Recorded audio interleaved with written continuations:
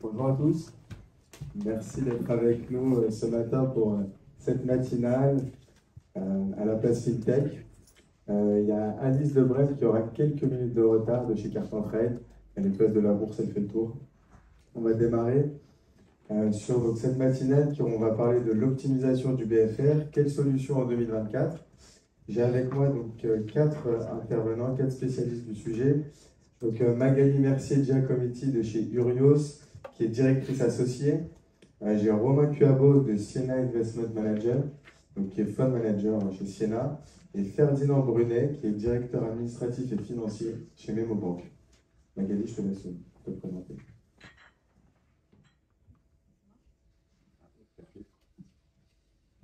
Quand c'est vert, ça marche. Bonjour à tous, je suis ravie d'être avec vous. Comme l'a dit Alexandre, je suis Magali Mercier-Giacometti, je suis directrice associée en charge du développement et de l'international chez Urios. Urios, on est un cabinet conseil, on est spécialisé en optimisation du besoin en fonds de roulement.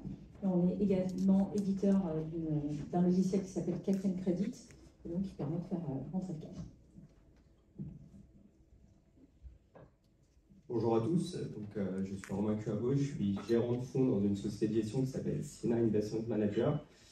Et dans notre équipe, on a développé une solution, une stratégie, en tout cas on a monté une stratégie de financement portée sur des financements granulaires, court terme, intermédiés par des fintechs.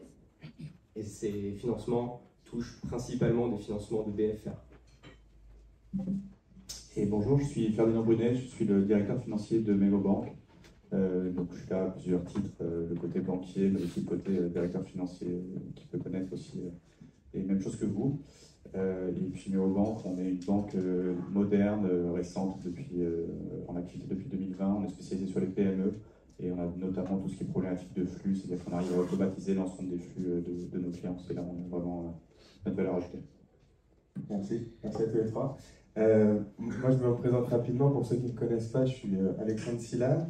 Donc, je suis responsable de la partie finance d'entreprise chez Finance Innovation. Savoir Finance Innovation, on est un pôle de compétitivité qui accompagne les startups, notamment les fintechs, dans leur développement. On fait beaucoup d'animations pour eux et on essaie de les mettre en avant, parler de sujets thématiques clés sur les sujets, en tout cas, pour ma part, de la finance d'entreprise. On va commencer par peut-être introduire ce sujet sur l'optimisation du BFR. En début d'année, moi en tout cas de mon côté, j'en ai beaucoup entendu parler. Pourquoi le BFR il doit être optimisé? Pourquoi c'est un sujet brûlant en ce début d'année 2024? Donc pour faire un peu de contexte macro, mais c'est vrai que tout vient un peu de l'inflation sur la dernière année, avec les banques centrales qui ont augmenté les taux de manière conséquente. Donc là, on était, pour mémoire, à moins 0,5 en 2022, et là, on est quasiment à 4%, enfin on est à 4% de taux banque centrale. Qu'est-ce que ça veut dire? Ça veut dire que l'accès au crédit est plus compliqué. On est sur une fin de PGE aussi pour pas mal d'entreprises. Il y a des liquidités donc, qui sont plus compliquées à avoir et des remboursements qui sont à faire. Donc il y a beaucoup d'entreprises, et c'est vraiment la politique de la BCE, hein, vendre la liquidité plus chère, ralentir tous les investissements, et donc sans retomber dans une récession forcément, mais en tout cas en limitant l'investissement et donc quelque part la croissance, on devrait ralentir et faire baisser l'inflation. À partir de là, donc moins de liquidités, les PGE qui arrivent, on sait qu'il y a il y a beaucoup de PME qui sont à risque cette année. Alors, tout le monde dit, ça y est, ça arrive, c'est cette année, mais a priori, c'est vraiment pour cette année. Et donc là, voilà. Et il y a un autre effet aussi, c'est que comme cet argent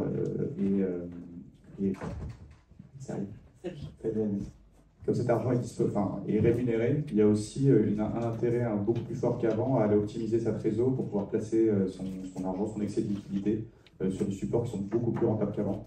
C'est-à-dire qu'il est possible d'aller chercher du 4%, alors ça dépend sur des comptes à terme. Il y a beaucoup de comptes à terme qui ont été faits l'année dernière. Il y a des comptes courants ou des comptes de livrets qui sont rémunérés. Il y a de plus en plus de solutions qui en fait rapportent de l'argent, et donc avant la trésor, les dépôts, on ne faisait pas forcément hyper attention. Et nous, ce qu'on note depuis en tout cas fin 2023, Q3, Q4, c'est qu'il y a vraiment une optimisation de ces excès de liquidité.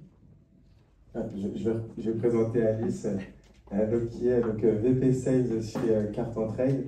Alice, je te laisse peut-être te présenter. Oui, bonjour. Navré pour le retard. Ce qui est bien, c'est que les contraintes sur l'inflation contraignent les investissements des entreprises, mais pas la consommation et les bagnoles.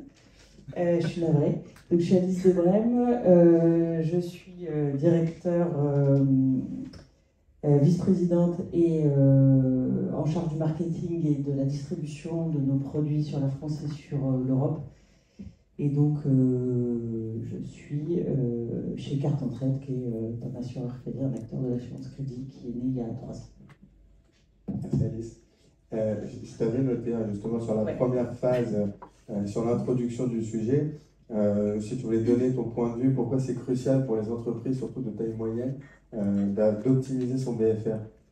Alors, je le disais, en fait, on a un sujet aujourd'hui qui devient extrêmement prégnant, qui est le sujet du BFR, qui est porté d'abord par deux choses que vous devez vivre au quotidien en tant qu'entrepreneur. C'est la difficulté de l'accès au financement et c'est la hausse des taux d'intérêt. Donc ça rend en fait la gestion du BFR des entreprises totalement critique. On a une consommation de la trésorerie qui aujourd'hui, si on n'a pas assuré la gestion de son BFR, on a une consommation de la trésorerie qui empêche les entreprises d'investir, alors même qu'aujourd'hui, la croissance et l'accompagnement de la croissance est clé. Donc on rentre dans une période de remboursement des PGE, même si on s'attend à ce qu'il y ait une certaine souplesse là-dessus, il ne reste pas moins que cette période de remboursement des PGE va solliciter la trésorerie des entreprises, créer des tensions et nécessiter, comme je l'ai dit, des recours à des financements externes et éventuellement générer des tensions sur le BFR. On s'attendait pendant la crise sanitaire à ce qu'il y ait une grosse tension sur la trésorerie des entreprises et en réalité, à l'aune et à la lumière du quoi qu'il en coûte, on a eu finalement assez peu d'explosion des besoins en fonds de roulement et au contraire, finalement les entreprises qui ont réussi à construire des petits matelas, mais ces matelas aujourd'hui n'ont pas encore été mis à la disposition, comme je le disais, des investissements moyen terme, long terme qui permettront aux entreprises finalement de bénéficier d'une certaine traction de marché. On a un deuxième sujet qui est lié au phénomène inflationniste, qui est le prix de la matière première. Donc ça touche particulièrement certains secteurs, mais ça commence à toucher tous les secteurs, parce qu'en fait vous achetez plus cher et vous ne pouvez pas immédiatement répercuter le prix. Certains secteurs peuvent se le permettre, beaucoup ne peuvent pas. Et on a aujourd'hui 5% on a des délais de paiement chez les TPE-PME qui ont augmenté et qui sont à un taux supérieur à celui du pré-Covid. On est à peu près 86 jours dans un marché comme le nôtre, qui est un marché dans lequel on est à 60 jours de délai de paiement. Ça crée des tensions extrêmement fortes. Alors évidemment, dans ces 90 jours, on intègre aussi un peu d'international sur lesquels les délais de paiement sont plus longs. Néanmoins, 86 jours, c'est très important. Ce qui fait qu'aujourd'hui, on a 5% des entrepreneurs de PME, TPE qui n'envisagent pas d'investir. Je vous le disais, c'est extrêmement lié le court terme et le moyen terme. Et enfin, on a donc effectivement 3 leviers, et on va les détailler, et ça va être l'occasion de vous les repasser. On a 3 leviers pour une entreprise pour gérer son BFR. C'est négocier les délais de paiement avec les clients, les négocier, les respecter et mettre en place des procédures plus drastique que la normale, enfin plus drastique que les 2-3 dernières années où il n'y avait pas de défaillance, où on a eu un taux de défaillance tellement bas qu'on a pris des mauvaises habitudes. C'est maîtriser son stock, on l'a dit, on a eu une période 2021-2022 où les gens ont surstocké parce que crainte de ne pas pouvoir être approvisionné, rupture de la chaîne de production, etc. Surstock, ça pèse sur la trésorerie, donc aujourd'hui il faut réapprendre à gérer son stock. Et enfin, gérer ses délais fournisseurs, parce qu'il faut qu'ils soient équilibrés entre le délai client et le délai fournisseur, il faut qu'il y ait un équilibre global. Donc ces 3 leviers, avec en plus évidemment l'accès au financement, c'est des leviers qui vont être clés pour les entreprises en 2024. Merci Alice, on va justement les détailler. Magali, je me tourne vers toi. Quels conseils tu peux donner pour anticiper justement une bonne gestion du BFR ? Oui, merci beaucoup. En fait, c'est vrai que dans tout ce que vient de dire Alice comme Ferdinand, ce qui est important, c'est de se rendre compte qu'il va falloir anticiper. Sur l'anticipation, je voudrais revenir sur ce que disait Alice à l'instant, la gestion du stock. En fait, le stock, c'est quelque chose qui va vous permettre d'anticiper votre besoin. En fait, votre stock, c'est ce que vous allez acheter pour pouvoir fournir vous-même vos propres clients. Si vous n'avez pas assez de stock, vous ne pouvez pas faire de vente. Si vous ne pouvez pas faire de vente, en fait, vous perdez potentiellement de l'entrée de cash. Si vous avez trop de stock, vous allez mobiliser des capitaux, vous courez aussi un risque qui va être de ne pas pouvoir le vendre et donc en fait de faire des ventes au rappel. Donc là aussi, vous allez quelque part, c'est pas une question d'optimisation du BFR, mais en tout cas, vous n'anticipez pas vos besoins et donc vous allez perdre du cash et de la liquidité. Donc déjà, rien que ça, Alice l'a dit en introduction, elle m'offre une passerelle incroyable parce que c'est la manière en fait d'anticiper vos besoins, de savoir ce dont vous allez avoir besoin en termes de cash pour pouvoir faire votre travail. C'est la règle, je pense, la plus essentielle. Et ensuite, dans l'anticipation, vous allez avoir tout ce qui va concerner aussi votre trésorerie. On en parlera, je pense, un petit peu après sur la formation des collaborateurs. La gestion de la trésorerie, c'est la matière de la finance, mais en réalité, c'est la matière de tous les collaborateurs sur l'optimisation des coûts. Donc tout ça aussi, c'est anticiper, définir, mesurer le cash dont vous avez besoin pour faire vos achats, la trésorerie dont vous avez besoin pour faire fonctionner votre entreprise. Après, bien sûr, et on va y revenir longuement dans le détail, je pense, vous allez avoir des outils d'anticipation comme l'optimisation du poste client ou les achats. Donc, sur le poste client, vous avez des outils, la facturage, l'assurance crédit, le recouvrement. Et puis sur les achats, vous allez, comme l'a dit Alice, travailler vos délais de paiement et vous avez aussi des outils qui vont vous permettre à la fois de travailler vos délais de paiement et à la fois d'obtenir du financement, par exemple le reverse factoring. Voilà, tout ça c'est ce qui va vous permettre d'anticiper, de mesurer et de calculer vos besoins. Ça, on va dire que c'est peut-être la première approche à avoir. Et dans une seconde approche, Ferdinand, on va parler un peu de reporting, de visualisation, comment voir les données, comment les comprendre, les analyser. En fait, il y a des exercices vraiment tout simples. Alors, il y a des espèces d'exercices théoriques, on vous dit faites votre tableau de flux de trésorerie, etc. Mais l'idée, c'est de le poser. C'est toujours ça. Et de vraiment, sur un an, si je vous invite tous à le faire, sur un fichier Excel, vraiment, il y a des trucs très simples, hein, le BABA, mais votre cycle de trésor, court terme, moyen terme, long terme, qu'est-ce que vous allez avoir comme entrée, qu'est-ce que vous avez comme matelas, qu'est-ce que vos fonds propres, si vous avez un crédit moyen long terme, si vous avez des découvertes, donc ça, c'est vos solutions que vous avez, ou du factoring. Et puis en face, votre cycle de vente, donc il y a quasiment autant de cycles que de PME. Hein. Tout le monde a des spécificités, tout le monde a des particularités. Il y a des cycles qui sont plus forts en décembre, d'autres l'été, enfin voilà. Et l'idée, c'est d'anticiper. C'est toujours ce côté d'anticiper que je rejoins complètement, mais des crises de trésor, c'est la plupart des raisons pour lesquelles les boîtes, j'allais dire pètent, mais en gros tombent. C'est qu'on a une augmentation du nombre de clients, on doit aller acheter du matériel, des matières premières pour pouvoir fournir et adresser le besoin. Et puis, c'est vraiment pas naturel de refuser un client, mais on se retrouve avec une panne de trésor, des délais qui s'allongent, et puis on cesse. Hein, et ça arrive tous les jours. C'est pas un truc, c'est presque l'une des premières raisons pour lesquelles les entreprises se crachent. Et si jamais demain vous êtes sur une crise de trésor et que vous allez voir une banque, désolé, mais vous allez voir une banque et vous dites je vais mourir si tu ne me donnes pas 1 million, bah, la plupart du temps la réponse sera plutôt négative. Et c'est hyper important à prendre en compte que ce qui compte c'est l'anticipation. On reviendra après sur les banques et comment est-ce qu'on peut. Mais si vous posez vraiment vos flux de trésorerie sur un an, de 3 mois, 6 mois, 1 an, vous savez exactement où est-ce que vous avez des trous et vous savez comment les anticiper. C'est vraiment hyper important de faire ça. Je peux juste compléter ce que vient de dire Ferdinand.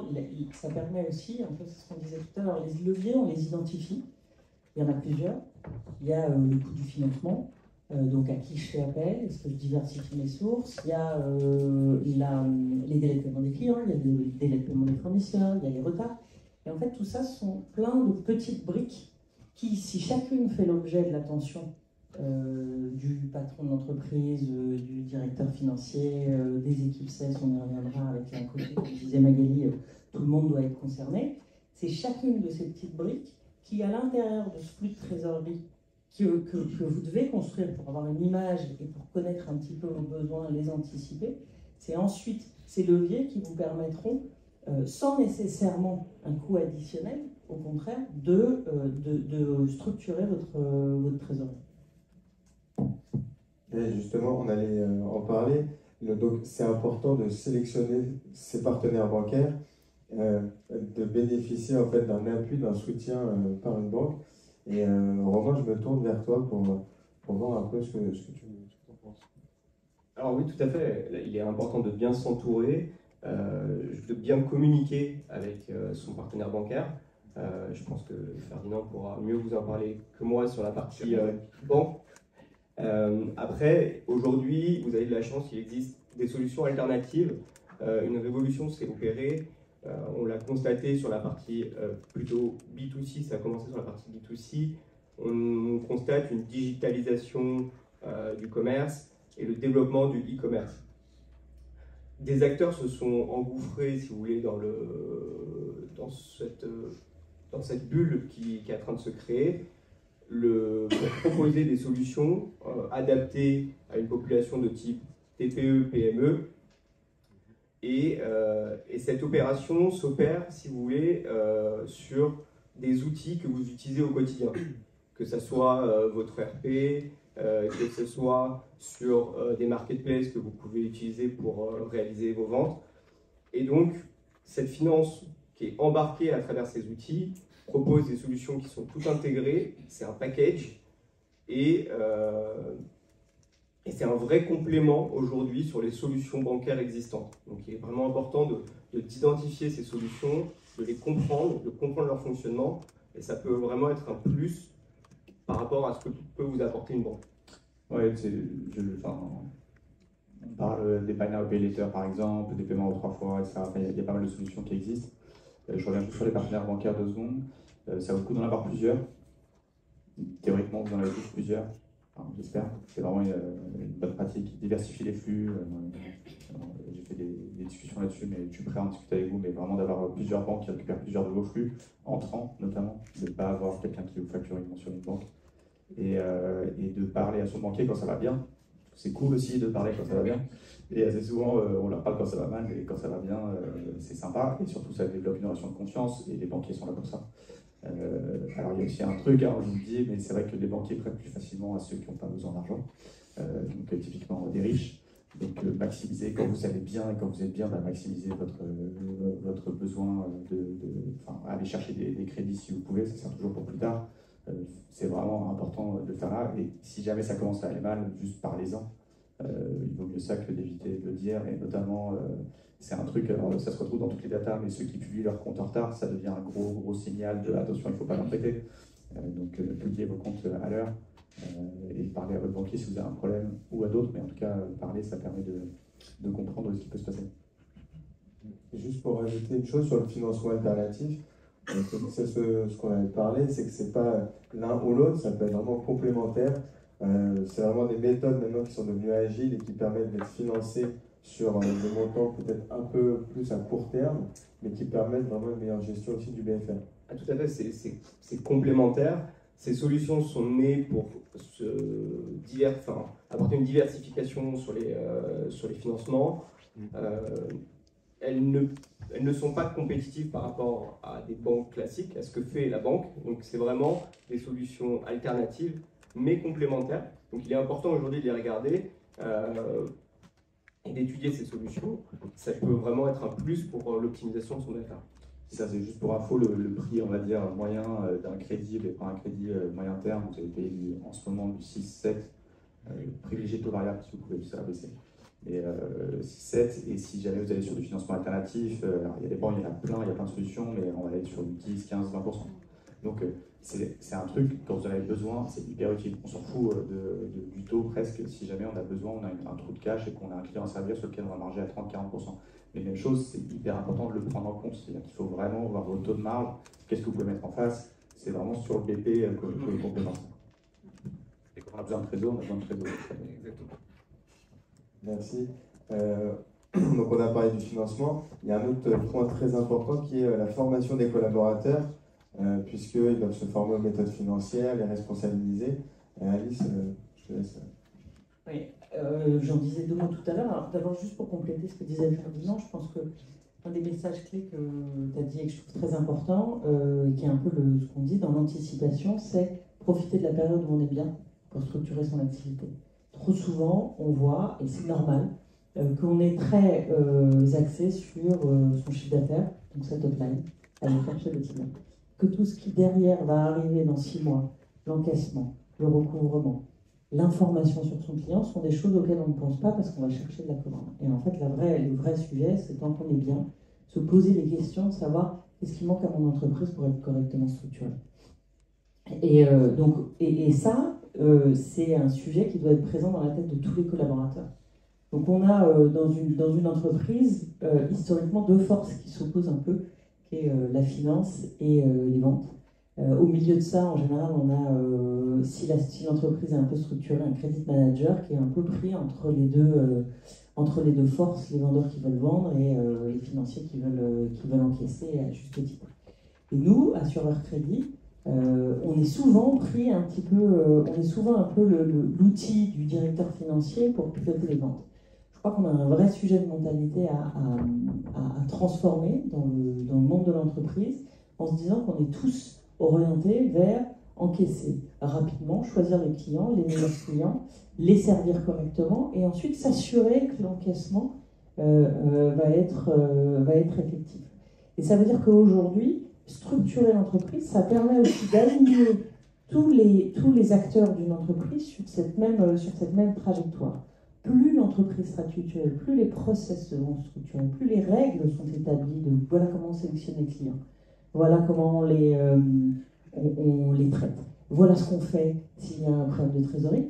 Si tout le monde est engagé mentalement dans cette même direction, on a finalement une entreprise qui collabore et on a des résultats qui sont, bien plus importants en termes de rentabilité, puisque les choix sont conjoints, et deux, on a, très sincèrement, je le pense et je le vois, un esprit d'entreprise qui est très différent.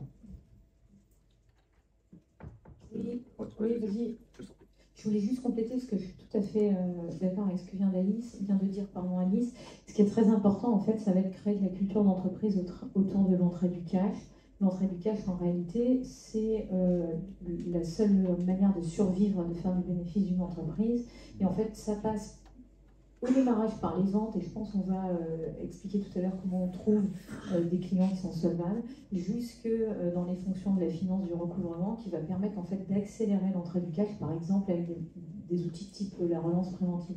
Et donc en fait, au-delà de la formation qui peuvent être dispensées par des assureurs crédit, par des courtiers, c'est aussi créer une culture d'entreprise pour donner du sens dans qu'est-ce qu'on fait, qu'est-ce qu'on apporte comme outil, et comment on fait nous pour vivre et pour proposer ensuite une meilleure qualité de service à nos clients. Ouais, je suis complètement d'accord.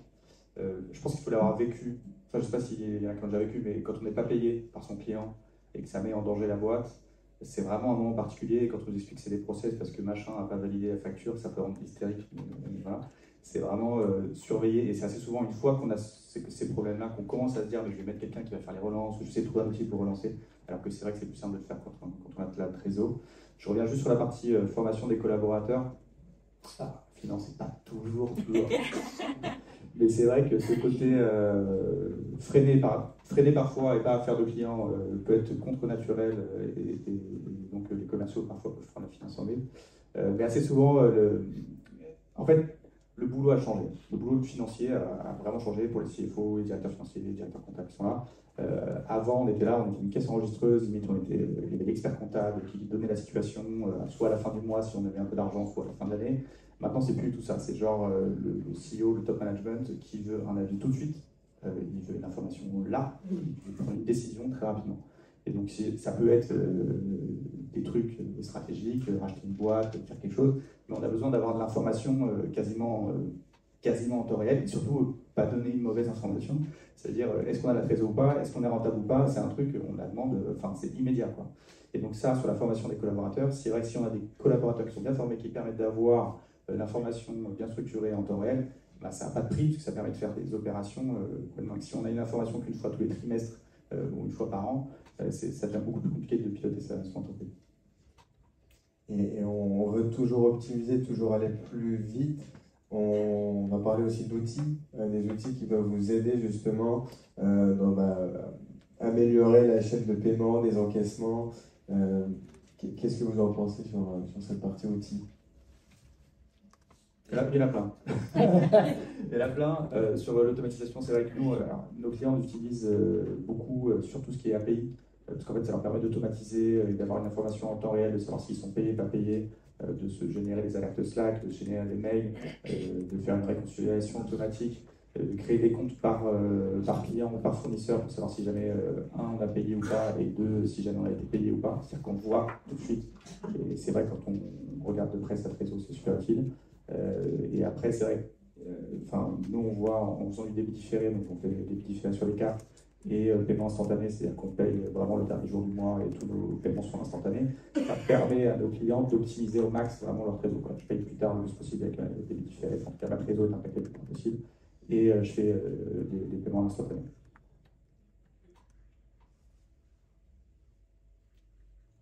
C'est vrai qu'aujourd'hui, il existe plein d'outils et je recommande de les utiliser. C'est des outils pour optimiser, savoir gérer et suivre surtout sa trésor.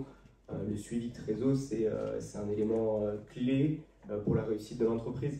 Donc aujourd'hui, énormément d'outils existent, connectés en API. Donc la donnée s'échange de façon en direct, finalement, c'est du temps réel. Et il faut pouvoir les utiliser. Il y a une multitude d'outils disponibles sur la place. Donc donnez-vous les moyens de bien gérer votre trésorerie. Ouais, connecter votre salle, connecter la compta, travailler sur la qualité de données. La qualité de données, c'est souvent un problème. C'est-à-dire qu'au début, quand on monte sa boîte pour la startup, c'est top parce que la qualité de données, elle est belle. C'est le début. Et puis après, c'est des trucs où on se dit, c'est pas là où j'ai envie d'investir. C'est normal, on investit plutôt sur le business. Mais c'est vrai que la qualité de données, assez vite, notamment pour tout ce qui est trésor, client, ça peut vite être un problème. Et après, il y a plein de logiciels qui existent à rajouter, on peut en discuter après si vous voulez, je vous donnerai des noms. Il y a plein de petits logiciels qui permettent d'avoir des KPI, et si possible, quotidien, ça existe aussi en mensuel, ça dépend du besoin. Et je reviens, plus votre donnée est fiable, plus ça sera facile pour votre partenaire bancaire ou autre de vous accorder un financement. C'est la base, c'est de pouvoir analyser votre trésorerie. Et donc plus la donnée, plus vous avez une donnée fiable, une quantité de données disponible, plus ce sera facile à ce partenaire-là de vous accorder le crédit. Oui, je sais que parfois ça peut paraître bizarre ce que je veux dire, mais les banquiers ne sont pas cons. Vraiment. Et ça arrive vraiment. C'est l'info la plus importante. Franchement, il y a même des gens qui ont fait des grandes études pour devenir banquier. Banquier est un métier génial, vraiment, c'est super. Et c'est vrai qu'il y a des clients qui nous font des BP qui ne tiennent pas la route. Mais vraiment, et ça arrive tous les jours. On se dit, bon, bah là, j'y vais pas, quoi. Ou des données qui sont fausses, ou des trucs qui ne vont pas. Et vraiment, voilà. Tenez en compte que vos banquiers sont sympas et aussi pas trop. Donc là, on a vraiment repris les prérequis, ce que vous préconisez. Pour rappeler, donc on a parlé d'anticiper, mesurer son BFR, on a parlé d'avoir une vision en temps réel des reporting actualisés, on a parlé de sélectionner ses partenaires bancaires et aussi ses partenaires financiers au niveau alternatif, qui seraient plus agiles, mais plus coûteux. Former ses collaborateurs, c'est un axe important, et automatiser vos tâches, essayer d'optimiser sur la gestion des paiements et des encaissements. Sur cette deuxième partie, moi je voudrais parler du DSO. Je voudrais savoir comment vous pensez qu'on peut optimiser son BFR, réduire justement ce qu'on appelle Day Sales Outstanding. Alors, le DSO, en fait, en réalité, c'est juste le moment en fait, où vous recevez l'argent à partir du moment où vous avez facturé. Donc, combien de temps il s'écoule entre le moment où vous envoyez votre facture, donc ça veut dire que vous avez réalisé une prestation de service ou vous avez délivré un produit, et le moment où vous recevez le cash. Donc, ça, c'est très important puisque c'est le moment où on attend que l'argent rentre dans les caisses.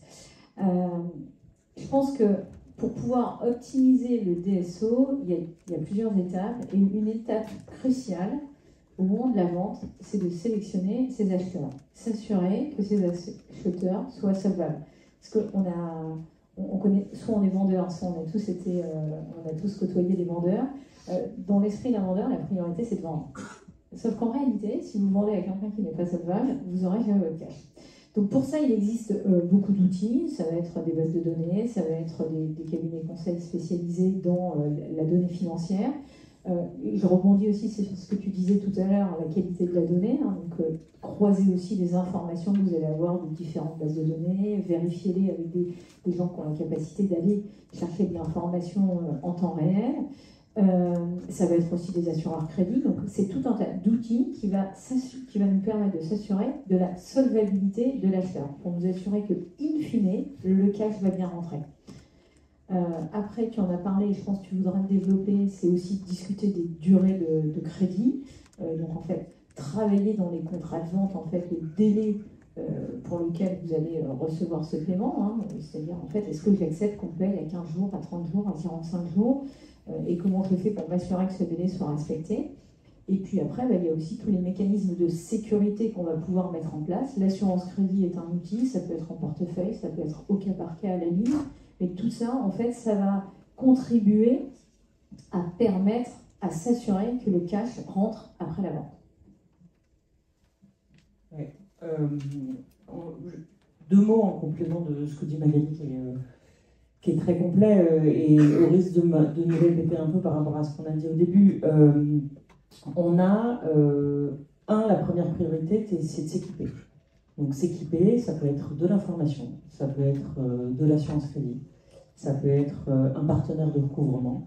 Ça, c'est si j'ai un problème, à qui je fais appel, à quel instant. Parce qu'au moment où il y a le problème, si vous perdez 10 jours, 15 jours, 20 jours, 30 jours pour trouver le bon partenaire pour vous aider, là vous avez perdu du temps et vous avez perdu de l'argent. Parce que les courbes de récupération, elles sont inversement exponentielles, mais extrêmement rapidement.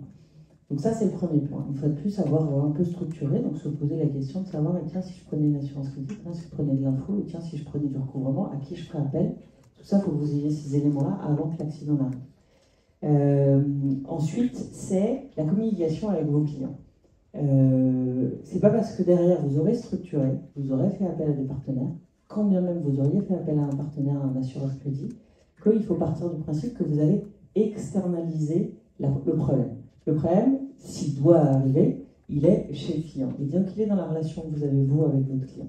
Ça veut dire que le plus important, c'est de garder cette relation proche avec le client. Pourquoi ? Parce que, comme le disait Ferdinand, c'est déjà essayer de percevoir si ce qu'il vous dit est vrai. C'est essayer d'anticiper, on est toujours dans l'anticipation, s'il commence à vous dire « non, je vais avoir un problème pour payer à la fin du mois, non, parce que tu sais, parce qu'en fait, j'ai un problème, parce que ce marché-là, finalement, ça ne se passe pas si bien que prévu », et là, vous anticipez. C'est ce qu'on appelle la relance amiable. La relance amiable, ça peut être très structuré dans votre entreprise, des outils, des gens, ou ça peut être juste en fonction de la taille de votre entreprise, vous, votre relation que vous avez avec le client. Et donc ça, c'est juste fondamental. C'est fondamental pour vous et c'est fondamental pour nous, pour votre banquier, pour votre assureur crédit, pour votre établissement de recouvrement, parce que c'est ça qui va nous permettre à nous tous d'intervenir le plus rapidement possible. Et cette communication, c'est aussi celle qui vous permet, comme disait Magali, de gérer un peu les leviers que vous pouvez avoir. Donc, écoute, tu as un peu de trésor, je te file pas du 60 jours, je te fais du 30 jours et je te fais une escompte de 2-3% à l'ancienne, parce qu'à l'ancienne, c'est ce qu'on faisait. Et qu'en ce moment, avec les taux d'intérêt, mais ça fait sens de se redire entre nous, tiens, si on delay une petite escompte, toi tu as de la trésor, moi j'ai besoin d'escompte, pourquoi pas? Donc cette communication, et cette je vais dire, le mot est un peu fort, mais intelligence dans la relation commerciale, elle est quand même super importante. Donc structurer d'un côté, faire appel à des prestataires qui sont des externes, et pour autant maintenir très fortement une relation commerciale avec vos clients pour justement identifier tous ces petits moments, ces petites alertes ou ces petites opportunités de pouvoir optimiser vos flux.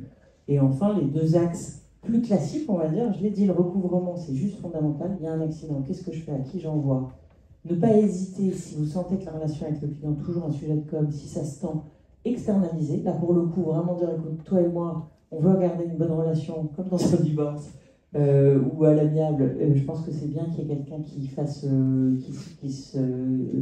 qui s'intermédie entre toi et moi. Ça, c'est la boîte de recouvrement. Et enfin, l'outil, on va dire plus classique, mais qui peut être très utile et qui lui aussi doit être anticipé, c'est le contrat d'affacturage. Ça aussi, vous n'allez pas avoir un facteur quand vous êtes déjà dehors de 15 jours de trésor. Vous allez le voir quand vous avez un beau portefeuille avec des beaux clients, et c'est là que vous aurez les meilleures conditions. Et ensuite, le jour où vous avez peut-être quelques tensions, à ce moment-là, en effet, le facteur va être plus favorable à débloquer un certain nombre de choses, voire à activer des leviers qui sont un peu différents de ceux qu'il active d'habitude, qui peuvent être, par exemple, du financement de stock. On a parlé tout à l'heure, le stock, c'est quelque chose de très important. Et le facteur, s'il est en confiance avec vous, peut activer d'autres petites bulles de financement, en plus de ce que vous lui cédez, pour vous permettre de passer une période de façon opportuniste, ponctuelle, ou de façon plus structurelle. Donc toujours la même chose, la communication avec vos clients, elle est fondamentale pour que nous, l'établissement qui vous supportons, ayons aussi confiance dans la relation que vous avez avec vos clients, confiance dans la maîtrise que vous avez de vos risques, et qu'on puisse nous lâcher la bride, on va dire, au maximum, et vous laisser vous driver le business et nous venir en secours et en support s'il devient un sujet. Et donc, il y a une autre brique, mais qui est sur l'automatisation. En fait, ça dépend. Toujours sur les PME, il y a énormément de cas. Vous allez avoir des PME qui vont avoir des centaines de milliers de clients avec des petits montants, ou si jamais vous avez 10 clients avec chacun qui fait 1 million d'euros, vous savez bien que celui qui ne paye pas, ça vous le savez tout de suite sur votre réseau, quoi. Surtout quand il commence à y avoir beaucoup plus de flux, ça devient compliqué.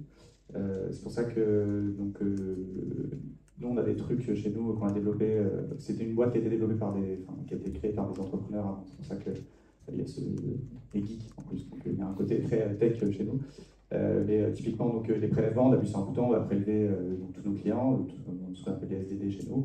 Et puis, il y a des rejets, ça arrive très fréquemment. Donc, quand il y a des rejets, que vos banques vous facturent et nous beaucoup moins cher, il y a des rejets. Et si jamais les rejets, vous pouvez les refaire automatiquement. C'est-à-dire, vous faites OK 3 jours après, et vous pouvez les paramétrer. Vous pouvez vraiment, vous prenez un petit dev, ça coûte sur une semaine, ça va coûter 2-3 000 balles max.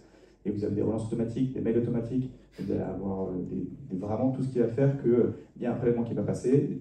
Qu'est-ce qui se passe au niveau de mon client? Je veux l'information. Je crée des images virtuelles, je crée des comptes par typologie de client. Si jamais il est à 0 alors qu'il devrait être rempli, j'envoie. Tout ça, c'est du code.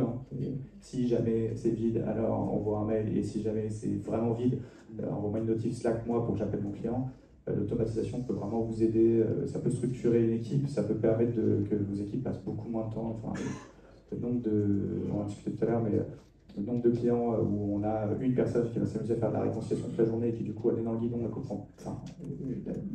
Le sens du truc leur échappe et on ne voit pas forcément où est la trésor. Si vous pouvez automatiser tout ça, vraiment l'API, ça permet des solutions qui sont vraiment très faciles. Vous plugez directement sur votre compte bancaire.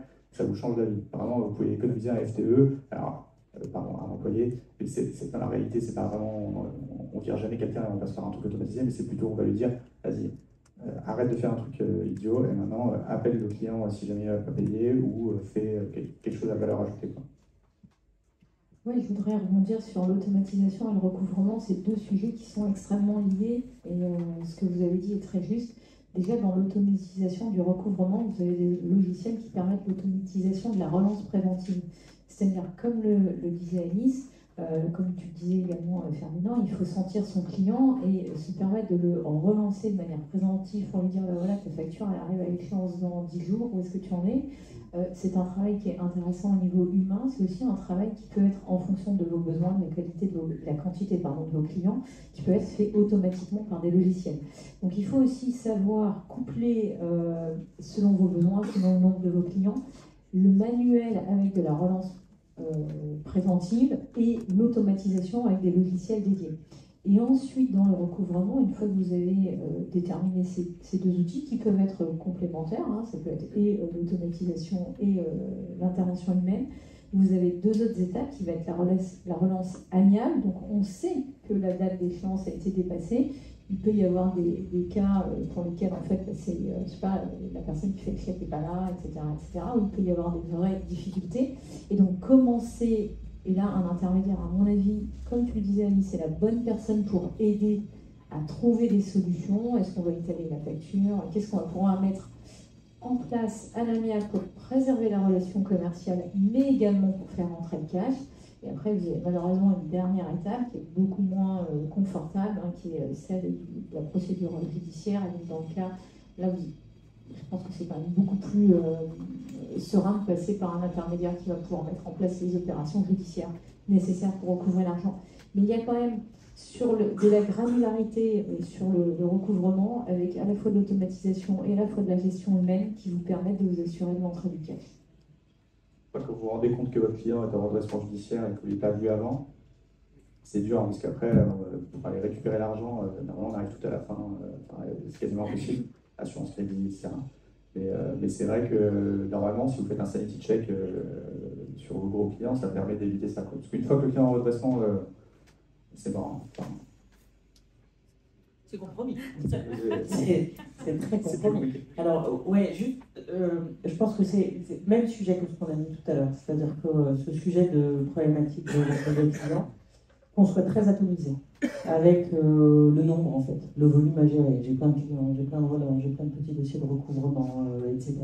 Ça, c'est un sujet qui peut nécessiter de faire appel à de l'assurance crédit pour vous préserver de la charge du nombre. Et à l'inverse, le gros client, historiquement, ce qu'on sait, nous, quand on fait ce métier depuis longtemps, c'est que le plus gros sinistre d'une entreprise, c'est le copain de patron. Je schématise, mais c'est vrai. C'est le copain de patron, le client qu'on a depuis toujours, parce qu'on se dit, il ne fera pas de coup bas. Sauf qu'il ne fera pas un coup bas, mais si lui, il subit une situation qui l'empêche d'assurer la pérennité de sa boîte, ce n'est pas nécessairement un coup bas qu'il vous a fait, même si je peux vous assurer qu'au moment où il commence à tanguer, ce n'est pas le moment où il va toujours vous prévenir. Et c'est comme ça, c'est une réalité de marché. C'est aussi que lui, il a peut-être suivi. Donc, ce qui est extrêmement clair dans le métier, c'est que quand on a une concentration de clients, vous pouvez être quasiment sûr que le gros pépin dans la vie d'une entreprise, c'est soit le client qu'on avait depuis très longtemps, soit celui qu'on connaissait très bien, soit l'ami du patron.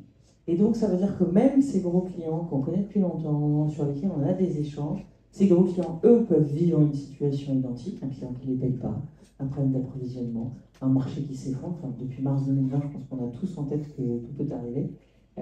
Et donc, même ces gros clients-là, il faut avoir une, peut-être même plus encore ces gros clients-là, il faut avoir une vraie attention particulière. Et Magali disait que l'assurance crédit, c'est un sujet qui peut être soit sur un portefeuille atomisé, soit vraiment vous avez une inquiétude particulière, vous avez une attention, non pas parce que le client est fragile, mais parce que justement, il représente beaucoup de votre chiffre d'affaires. Et celui-là, seulement celui-là, vous voulez vous préserver d'un accident.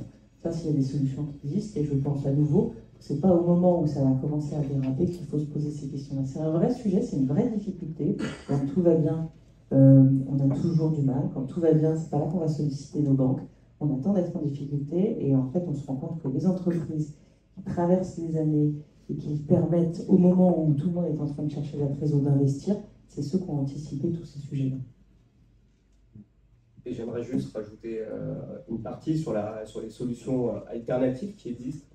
On a parlé tout à l'heure d'affacturage, donc c'est un pan. Le deuxième pan qui est en train de se développer, c'est le BNPL, donc c'est un acronyme pour le Buy No Pay Later. Vous l'avez sûrement tous déjà utilisé quand vous avez fait vos achats sur une plateforme en ligne, où on vous propose au moment du paiement de fractionner votre paiement et de l'étaler en 30, 60, 90 jours. C'est en train de se développer pour la partie B2B. Vous pouvez l'intégrer dans votre processus de vente, que ce soit sur votre point de vente physique ou sur votre site e-commerce. Parfois, si vous passez sur une marketplace, ce sera déjà intégré au niveau de la marketplace.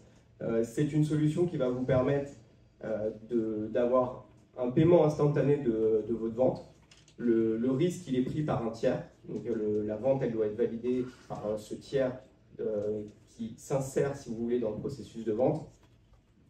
Mais les avantages, c'est un paiement instantané. Donc, vous avez tout de suite le capital dès la facturation du client. Une protection contre les impayés ou le défaut. C'est le tiers qui prend ce risque-là. Et donc, vous pouvez uniquement vous concentrer sur le développement de votre business. Donc, c'est vraiment un point important. En plus de ça, là, c'est vraiment les avantages d'un point de vue optimisation du BFR. Il y a plein d'autres avantages. On constate, les chiffres aujourd'hui parlent, et on constate que l'intégration de ces solutions augmente le panier moyen. Pourquoi? Parce qu'à votre client, vous allez lui proposer un fractionnement de paiement. Il va pouvoir étaler son paiement en plusieurs mois. Et donc, naturellement, on constate une augmentation du panier moyen. Donc voilà, c'est assez bénéfique, c'est un cercle qui est vertueux. Vous, ça vous apporte un paiement instantané, et à votre client, vous lui apportez de la flexibilité sur le paiement. Donc c'est assez important. Aujourd'hui, il y a plein il y a plein de boîtes qui vous proposent ce type de solution-là. C'est une vraie opportunité pour vous d'apporter de la souplesse dans la gestion de votre trésor et d'assainir la trésorerie, votre trésorerie.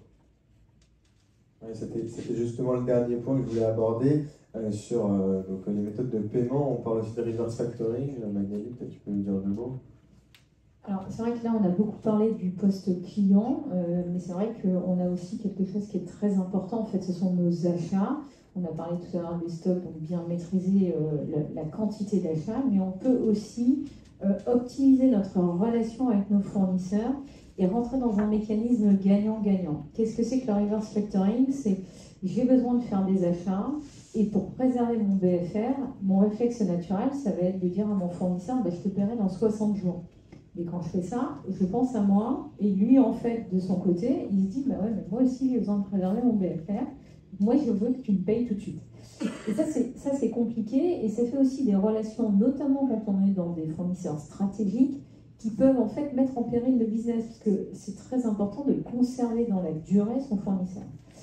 Qu'est-ce que va permettre le reverse factoring? C'est de dire, grâce à un établissement financier, tu vas continuer à me facturer à 60 jours, mais moi, en fait, je vais porter ces achats, ces factures d'achat auprès d'un financier qui va lui payer par anticipation, 5 jours, 10 jours, et moi, ensuite, je rembourserai le financier qui a avancé ses achats sur les délais qui sont indiqués sur la facture. Ainsi, on est dans une relation qui est gagnant-gagnant. Vous avez un fournisseur qui préserve son BFR, et donc vous l'accompagnez dans la préservation de son BFR à lui.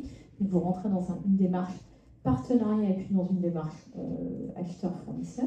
Et vous préservez votre BFR grâce à un financier qui va financer les achats. Comment le financier le fait? Il va s'appuyer sur des assureurs crédits qui vont lui garantir en fait le bon paiement de son client, donc l'acheteur in fine. Donc ça, c'est un mécanisme qui est extrêmement vertueux, qui est relativement ancien, qui au démarrage était plutôt sur les grands donneurs d'ordre et qui tend à se démocratiser pour des structures PME, parce qu'en fait, dans un contexte actuel, ça a un réel bénéfice à la fois pour le fournisseur, à la fois pour l'acheteur, et ça préserve des relations sereines. Oui, il y avait d'autres points. J'irai juste 2 secondes, mais c'était nos clients que vous avez dit. En fait, on ne comprend pas.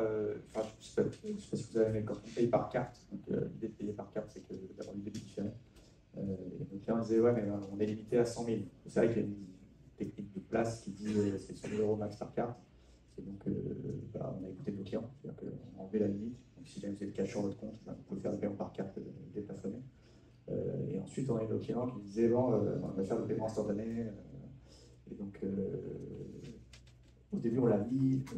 On peut voir des positions entre sales et. Moi, j'étais là, bon, ok, on fait payer 1 €. Est-ce que tout le monde fait payer 1 € le virement instantané? Et j'avais les sales en face, c'était complètement con, quoi. C'était payé pour. Enfin, pour parler, c'est très penché. Et du coup, on a mis le paiement instantané d'office pour nos clients. Et ce qui fait que nos clients disent, mais nous, les jours de paye, en fait, on gagne 3 jours. C'est-à-dire que les 3 jours. 1 million d'euros, à l'heure actuelle, si vous arrivez à les placer juste à 3%, c'est 30 000 balles sur un an. Donc 30 000 €, ça dépend de la taille de votre entreprise, mais vous pouvez faire une belle fête de fin d'année. Enfin, c'est vraiment de l'argent qu'il faut optimiser, quoi. Et donc, il y a ce côté paiement instantané, si je gagne 3 jours de trésor et au lieu de faire un virement le vendredi, et je ne suis pas sûr que les salaires soient payés le lundi ou le mardi, là c'est instantané. Nous, ça fait des flux bizarres quand même. Donc le 31 du mois, tout le monde qui paye ses salaires, donc, en instantané, donc il faut avoir l'argent. C'est assez rigolo. Et c'est vrai que ça, c'est des moyens très simples, mais d'automatiser, enfin, vraiment de maximiser son BFR avec des solutions qui en place. Si jamais vous avez d'autres idées, honnêtement, on les prend. C'est ce qu'on aime bien faire, c'est qu'on a des business cases clients, il y a des clients qui arrivent en disant voilà ce que j'aimerais faire. Il faut voir si c'est réplicable, c'est tout ça qu'on cherche à faire, mais l'idée c'est ça, c'est que vraiment, il y a des cas, là par exemple, on a réfléchi sur le débit fait non plus à 30 jours, mais à 60 jours, parce qu'on a des clients qui nous demandent. Donc, si vous êtes client, remontez vos demandes, et si vous avez des demandes particulières, venez nous voir. Il y a vraiment ce côté, comment est-ce qu'on peut optimiser ou trouver des solutions à des problématiques spécifiques, parce que les PME sont vraiment, c'est ça qui est marrant, c'est qu'elles sont vraiment toutes différentes, avec des cas vraiment différents. Et juste un petit point d'alerte, parce qu'on a beaucoup de clients qui ont des problèmes, et du coup, quand même, parce que hier, il y a eu quand même une fraude, je sais pas si vous avez entendu sur 25 millions avec l'IA et tout. Bon, sais pas si vous avez entendu parler du truc, le mec a fait une conf call avec quelqu'un, d'autres personnes, et il avait vraiment ses visages en face. En fait, c'est l'IA qui a généré d'autres personnes, il a fait 2 chèques de 25 millions de dollars. Le truc était compliqué. Mais il y a un truc très simple qui arrive en ce moment, et donc c'est des fraudes sur les factures. C'est-à-dire que je ne sais pas comment, mais il y a des mecs qui arrivent à mettre d'autres tripes sur les factures. C'est hyper fréquent, vraiment, c'est hyper fréquent. Et donc, du coup, c'est des sorties, notamment pour les loyers. Donc, vous payez votre loyer, puis après, vous avez le bailleur qui vous appelle en disant mais tu m'as toujours pas payé. Je dis si, mais je t'ai payé. Alors, en fait, j'ai fait une fraude à j'ai payé quelqu'un d'autre. Et ça, vraiment, c'est fréquent, c'est que ça arrive. Il y a un truc qui va être mis en place pour qu'il y ait une réconciliation automatique entre l'IBAN, que ça corresponde bien. Donc, ça devrait arriver d'ici 5-6 mois. C'est un projet européen qu'on va faire. Mais en attendant, juste demander un IBAN signé par votre client, par le CFO en face. C'est vraiment tout con comme mesure, mais quand vous payez quelqu'un, vous demandez juste, quand vous rentrez l'IBAN dans votre logiciel de RP, souvent, si vous avez des Spendesk ou autre, ou dans votre banque directement, vous demandez juste un IBAN signé. Parce que quand ça vous arrive, quand vous avez 100 000 balles qui sortent, qui n'étaient pas du tout prévues, et que c'est une fraude et qu'on ne peut rien faire en face, ça fait super bizarre. Nouveau cas aussi, ce qu'on peut voir, c'est qu'on a des clients, du coup on l'a fait pour eux, mais des clients qui se font prélevés de manière intempestive, notamment des associations, parce que leur RIB se balade sur Internet. Donc des sociétés comme Fondation et qui finissent par Abbé Pierre se retrouvent avec des prélèvements de Free, SFR, c'est quand même particulièrement abusé, donc il faut qu'ils soient remboursés. Et nous, on leur a fait, ils sont venus nous voir pour ça, on leur a fait un peu plus prélevé, le compte est plus prélevable par quelqu'un automatiquement, c'est un truc qui n'existe pas ailleurs, mais la même chose. C'est assez important de vérifier vos comptes, faites des relevés de temps en temps, parce que les SFR ou les IBAN qui se baladent, si votre IBAN se balade, il y a des IBAN virtuels qui existent, on fait aussi, mais vraiment c'est un truc, c'est beaucoup plus fréquent qu'on le croit, c'est hyper chouette. C'est pertinent. Est-ce que vous voulez ajouter quelque chose ou on peut passer peut-être aux questions? S'il y a des questions dans la salle, n'hésitez pas. Moi, il y avait un sujet sur le reverse factoring qui était intéressant, mais pour que ce soit valable, il faut que l'assureur crédit il accepte la petite société en question. Et souvent, quand on est des PME, on travaille avec, on va dire, plutôt des petites sociétés qui en ont besoin. Et très souvent, les assureurs crédit, ils prennent que les grosses sociétés, c'est-à-dire en assurance crédit. Et du coup, le modèle il devient compliqué à mettre en place pour des sociétés, puisque quand on travaille avec une autre PME pour l'arranger, pour faire du reverse factoring, et que l'assureur crédit nous dit elle est trop petite ou elle n'est pas assez, on va dire, assez fiable, on va dire que le concept il est très très restreint. C'est ce que je voulais savoir, c'est est-ce que ça va se développer, est-ce que c'est est-ce que c'est vraiment utile, ou est-ce que derrière on va développer ça, ou on va dire une association entre tout ça? Alors je vais donner mon approche, et je laisserai Magali partager la sienne. En effet, c'est un secteur, c'est un marché, c'est un produit qui vient initialement des grands donneurs d'ordre. Donc initialement, c'était presque drivé par la grande distribution. Donc ça répondait plus à un besoin ça répondait en effet plus à un besoin des fournisseurs que du donneur d'ordre en lui-même. Aujourd'hui, on est arrivé dans quelque chose qui est plus partenarial. C'est à la fois le fournisseur et le client qui s'entendent et qui ont trouvé un intérêt global. Donc l'avantage pour nous, c'est que la relation elle est plus équilibrée. Parce qu'une fois de plus, ce qu'on cherche nous, que ce soit les banquiers ou les assureurs, c'est des relations clients-fournisseurs qui soient des relations équilibrées, dans un sens comme dans l'autre. Donc ça, c'est plutôt le bon trend de ce produit-là qui fait qu'on est aujourd'hui descendu très sensiblement sur les montants des opérations individuelles qu'on couvre. Néanmoins, il y a 2 points aujourd'hui qui font que ce n'est pas encore complètement industrialisé. C'est le moment auquel les entreprises viennent nous voir. Au risque de me répéter, c'est souvent quand il est tard. Et en fait, nous, le reverse factoring, c'est un outil, c'est vraiment un outil, une fois de plus, un outil pour structurer l'activité. C'est pas, je suis en galère, j'ai besoin d'acheter, j'ai pas de trésor, il veut pas me vendre, parce que je suis déjà vraiment exsangue, prêtez-moi. Là, on ne pourra pas, parce qu'en fait, le moment auquel vous venez à interroger le marché, c'est tard. Donc souvent, le premier sujet, c'est que l'entreprise vient nous voir tard, trop tard, et pas dans une logique de, voilà, je structure ma relation avec mon fournisseur, et toute l'année, je vais monter un petit peu ce projet de reverse factoring. Donc, le fait d'arriver tard, ça met l'établissement financier comme l'assureur crédit dans une situation un peu sensible. Et deuxièmement, ça fait que l'opération individuelle, comme elle est spot, elle est très chère, comme toujours. Si en revanche, on est sur une logique de ce fournisseur, pendant un an, je voudrais que tu me finances mes achats, là c'est très différent. Même si l'opération individuelle est assez faible, comme elle va se renouveler, il va y avoir une sorte de... la rentabilité, elle va se créer pour l'établissement financier, pour l'assureur et pour le client. Donc en fait, aujourd'hui, la raison pour laquelle c'est assez peu industrialisé, c'est le montant spot de l'opération qui souvent est trop bas pour que l'opération soit rentable, et le moment auquel les deux entreprises vont venir nous voir, où en fait on est dans une situation où le risque est trop sensible. Tout à fait, je suis à 300% d'accord avec ça.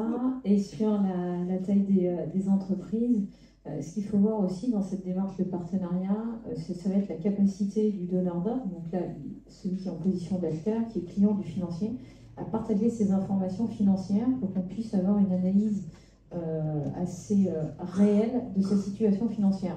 Et donc là, je rejoins ce que disait Alice, si vous venez nous voir quand vous êtes en difficulté, c'est presque un petit peu trop tard.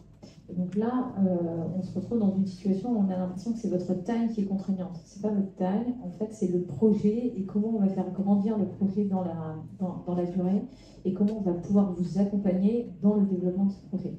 Donc, ce n'est pas encore industrialisé. En revanche, il y a une vraie volonté d'accompagner des PME, mais d'accompagner des PME dans tout ce qu'on dit depuis le début, finalement, anticiper, mesurer, maîtriser pour gérer son entreprise, gérer son BFR, gérer ses achats, gérer son poste client. Mais si je peux compléter, je pense qu'aujourd'hui, effectivement, c'est une population qui est assez mal traitée, la partie PME par les grands groupes, par les partenaires bancaires. Aujourd'hui, le marché est en train d'évoluer. Pas mal de choses sont en train de changer. On parle de l'open banking. C'est vrai que ça permet d'avoir une qualité de données de plus en plus importante, de plus en plus fiable, et de pouvoir analyser de plus en plus finement, si vous voulez, le risque pris, parce qu'en fait on parle de risque, c'est votre partenaire bancaire va analyser le risque qu'il va prendre. Quand il n'y va pas, c'est parce qu'il estime que soit il n'est pas en capacité d'analyser ce risque-là, soit le montant de l'opération, on l'a cité, n'est pas assez important, donc lui, il n'a pas sa rentabilité, soit uniquement parce qu'il n'est pas outillé pour le faire. Et donc aujourd'hui, tout ça est en train de changer.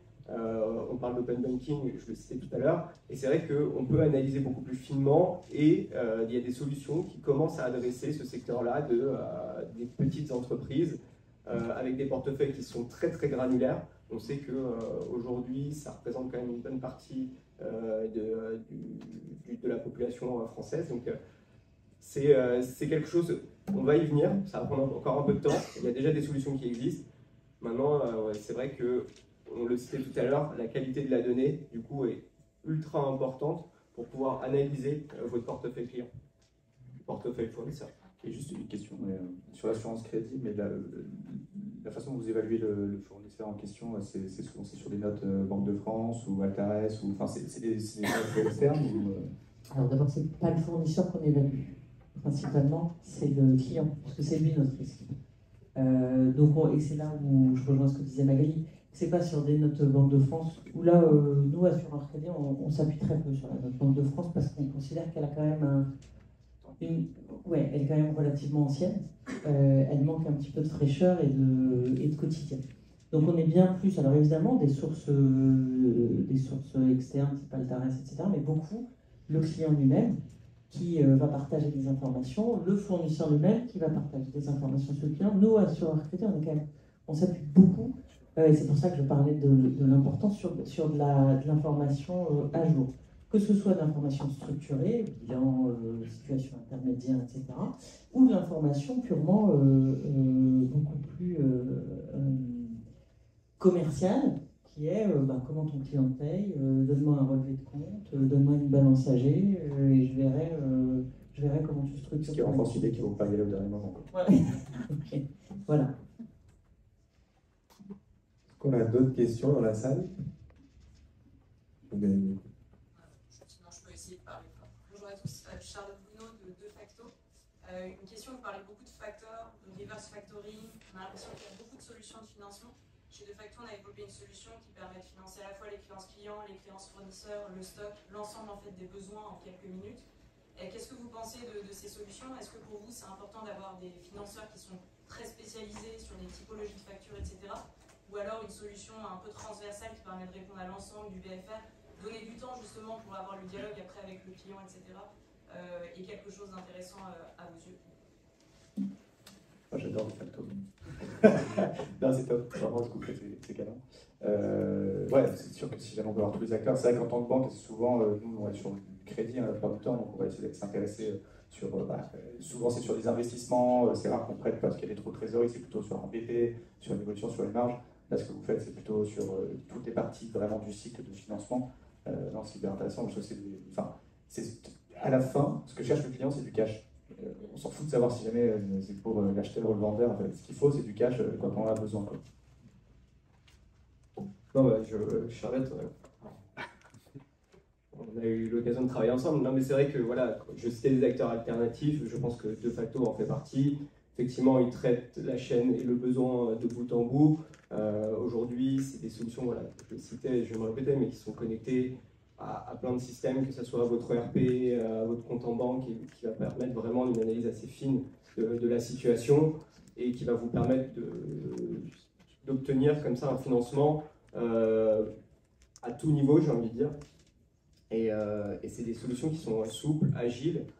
Vous avez une réponse quasi immédiate. Donc c'est vrai qu'aujourd'hui, ce sont des acteurs vraiment à considérer. Ils ne vont pas remplacer les acteurs classiques, les partenaires bancaires, mais c'est un complément. Donc c'est important de pouvoir regarder ces solutions-là. Et il y a un côté, je ne vais pas tirer une balle dans le pied, mais il y a un côté rapide. C'est-à-dire que sur la partie BFR, on a besoin de quelque chose de rapide. Assez souvent, le rapide égale automatisé sur la partie crédit. Donc c'est là où ça peut être. Le taux devient secondaire, enfin, secondaire, c'est relatif, mais dans ces cas-là, le taux devient moins important. On est plus dans. Souvent, on est dans l'urgence. Et pour ceux qui vont passer en redressement judiciaire, parce que j'ai fait à peu près le même truc, il y avait une semaine ou deux, il y a des gens qui étaient venus là parce qu'ils allaient passer en redressement judiciaire juste après. Donc ils cherchaient à optimiser leur BFR, mais avant d'aller au tapis. S'ils avaient un jour en redressement judiciaire, allez-y avec de l'argent. Mais pas sans argent. Un redressement judiciaire, ça coûte très cher. On peut s'en sortir, notamment ce qu'on disait tout à l'heure, mais ça coûte de l'argent. Il faut payer tous les conseils, etc. C'est pas... On n'y va pas quand on n'a plus du tout d'argent, sinon on passe en liquidation tout de suite après. Et si on veut essayer de s'en sortir, il faut y aller avec du cash. Et je pense que, on parle de coût, hein, effectivement, cette solution a un coût, mais il faut mettre, qu'est-ce qu'on met en face de ce coût-là? C'est effectivement l'instantanéité, et ça a un prix. Votre partenaire bancaire, aujourd'hui, il va prendre un certain temps avant de... 2 jours chez nous. Très rapide, mais bon. Mais les acteurs plus classiques vont mettre beaucoup plus de temps à réagir. Donc là, ce coût, être à mettre en face de l'instantanéité du besoin que vous avez, qui est souvent du besoin à très court terme. Donc il faut savoir être flexible et réagir très rapidement. On prend encore une ou deux questions. Est-ce qu'il reste des questions dans la salle? Il y avait d'autres acteurs qui s'étaient positionnés, juste, je fais un peu de pub pour des fintech, mais il y avait sur du financement d'ARR, donc Annual Recurring Revenue, c'est-à-dire je vais essayer de monétiser en fait l'argent que je peux avoir par des abonnements des clients. Donc, typiquement, j'ai prévu d'avoir 1 million d'euros sur un an. Je vais monétiser cet argent. La même chose, c'est très cher, mais c'est souvent des acteurs qui étaient neufs sur lesquels les banques ne prêtaient pas parce que c'était des fonds propres négatifs ou des levées, juste des levées un peu faibles. Et là, le taux effectivement est cher, mais ça coûte moins cher que de faire une autre levée. Donc il y avait Silver, on parlait Cité qui était spécialisé là-dedans. Et c'est des financements alternatifs, mais qui sont hyper intéressants quand justement les acteurs classiques ne prêtent pas. Quoi. Donc sur ça, le Buy Now Pay Later, donc Alma, Enco, il y a eu pas mal d'acteurs. C'est vrai que leur business model est plus compliqué à partir du moment où les taux sont élevés. Donc il y a une question de marché de place en ce moment sur ces acteurs-là. Mais c'est vrai que c'est des solutions qui sont super faciles et pratiques. Quoi. Merci Ferdinand. Est-ce qu'il y a des dernières questions peut-être? Non? On clôture. Merci à tous. Merci. Merci beaucoup. Merci.